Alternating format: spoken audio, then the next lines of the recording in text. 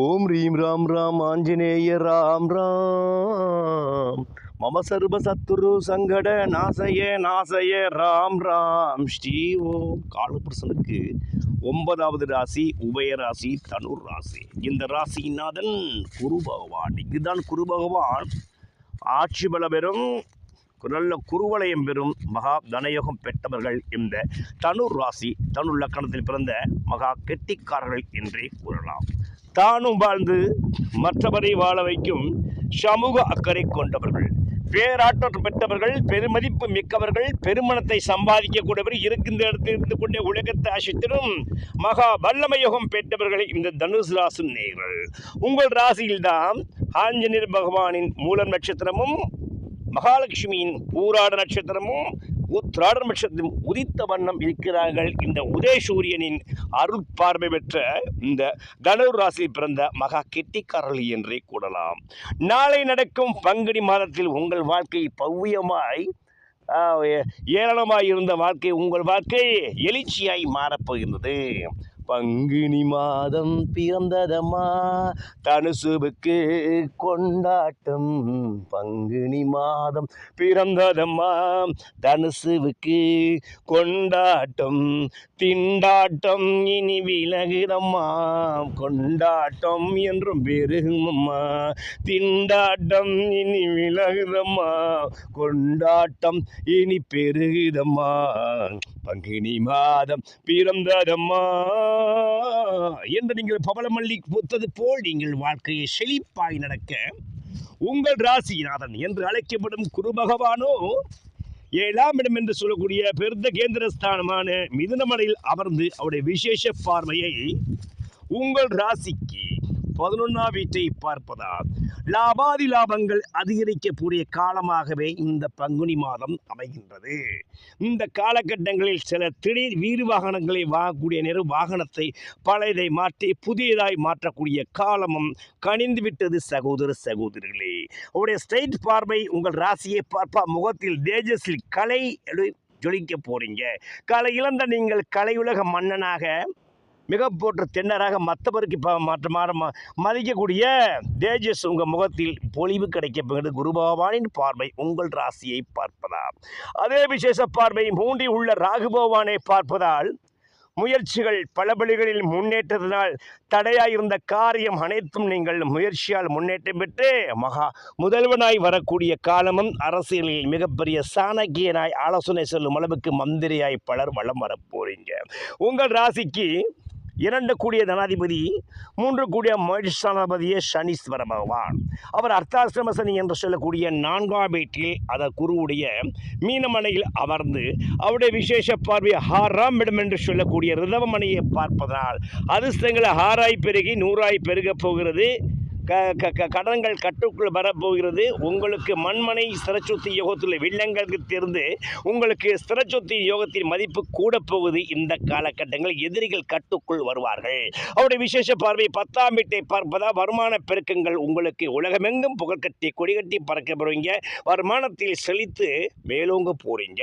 அவருடைய விசேஷ பார்வை ராசியை பார்ப்பதா தூக்கம் இல்லாதவருக்கு உழைத்து களைத்து மிகப்பெரிய பெரும் பணக்காரராய் பல தனுர் ராசிக்காரங்க 30 நாட்களுக்குள் நீங்கள் வளம் வரப்போறீங்க.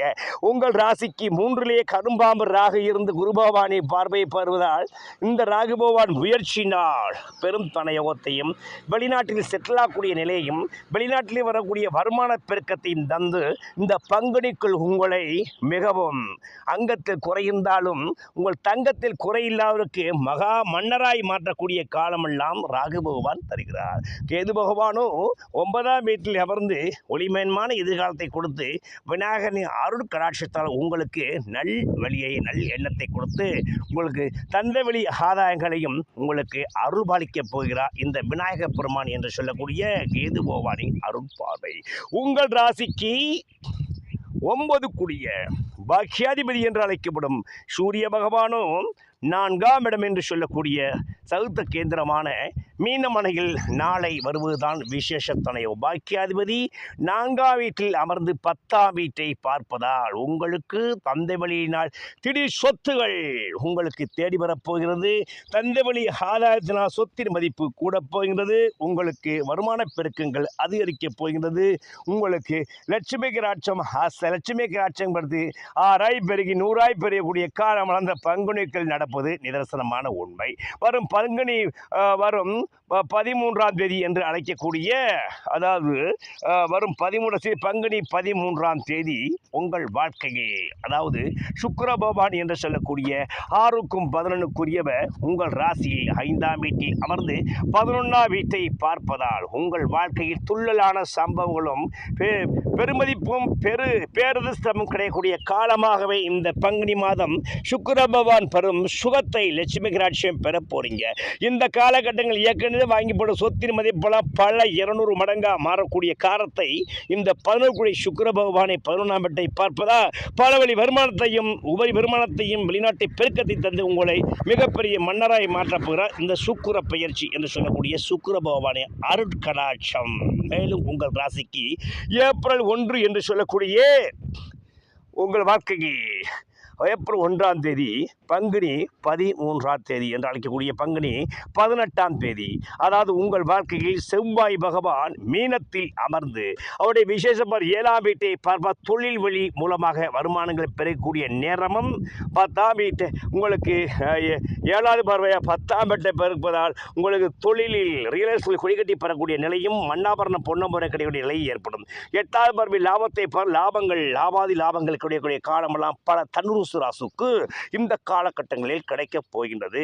இதே புதன் பகவான் என்று சொல்லக்கூடிய உங்கள் ராசிக்கு 10 கூடிய ஜீவனாதிபதியாக இருக்கும் புதன் பகவானோ உங்கள் வாழ்க்கையில் 23ஆம் தேதி, அதாவது உங்கள் வாழ்க்கையில் பங்குனி 23ஆம் தேதி அவர் உங்கள் வாழ்க்கையில் 4இல் அமர்ந்து 10ஐ பார்ப்பதா பல வழிகளில் வருமான பெருக்கங்கள் கிடைத்து தேக்க நிலையிருந்த உங்கள் வாழ்க்கை மிகவும் இயக்கமாக இருந்த நீங்கள் வாழ்க்கையில் மிக பெரும் மகிழ்ச்சியாய் சந்தோஷமாக மன்னராய் வரக்கூடிய காலமெல்லாம் அமைப்பு.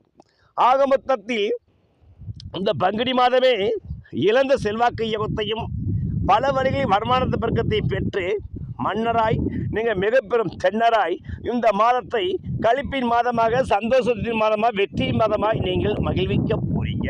பிரியமானவர்களே, இந்த காலகட்டங்களில் முடிஞ்சால் நீங்கள் அருகிலுள்ள ஆஞ்சநேயர் ஆலயம் சென்று ஆஞ்சநேயர் பகவானை வாழ்பகுதி வெண்ணெய் சாற்றி வழிபட்டு ஓம் ரீம் ராம் ராம், ஓம் ரீம் ரீம் ராம் ராம், ஆஞ்சநேயர் ராம் ராம், மம சர்வ சத்ரு சங்கட நாசய ராம் ராம் சிவோம் என்று நீங்கள் மனதார ஆஞ்சநேய பெருமானை துதித்து வாளை தொட்டு தொட்டு வணங்கி அவரை முழுமையா துதித்து ஜெய் ஸ்ரீராம் என்று எழுதி வரும்போது உங்கள் வாழ்க்கையில் தடைகள் பல விலகி யோகங்கள் பல பெருகி இறந்த சொத்து சுகம் அனைத்தையும் இந்த பங்குனிகள் பெற்று மிக பெரும் ராஜனாய் பல தனுர் ராசிக்காரங்க இந்த மந்த் எண்டுக்குள் வருவது நிதர்சனமான உண்மை.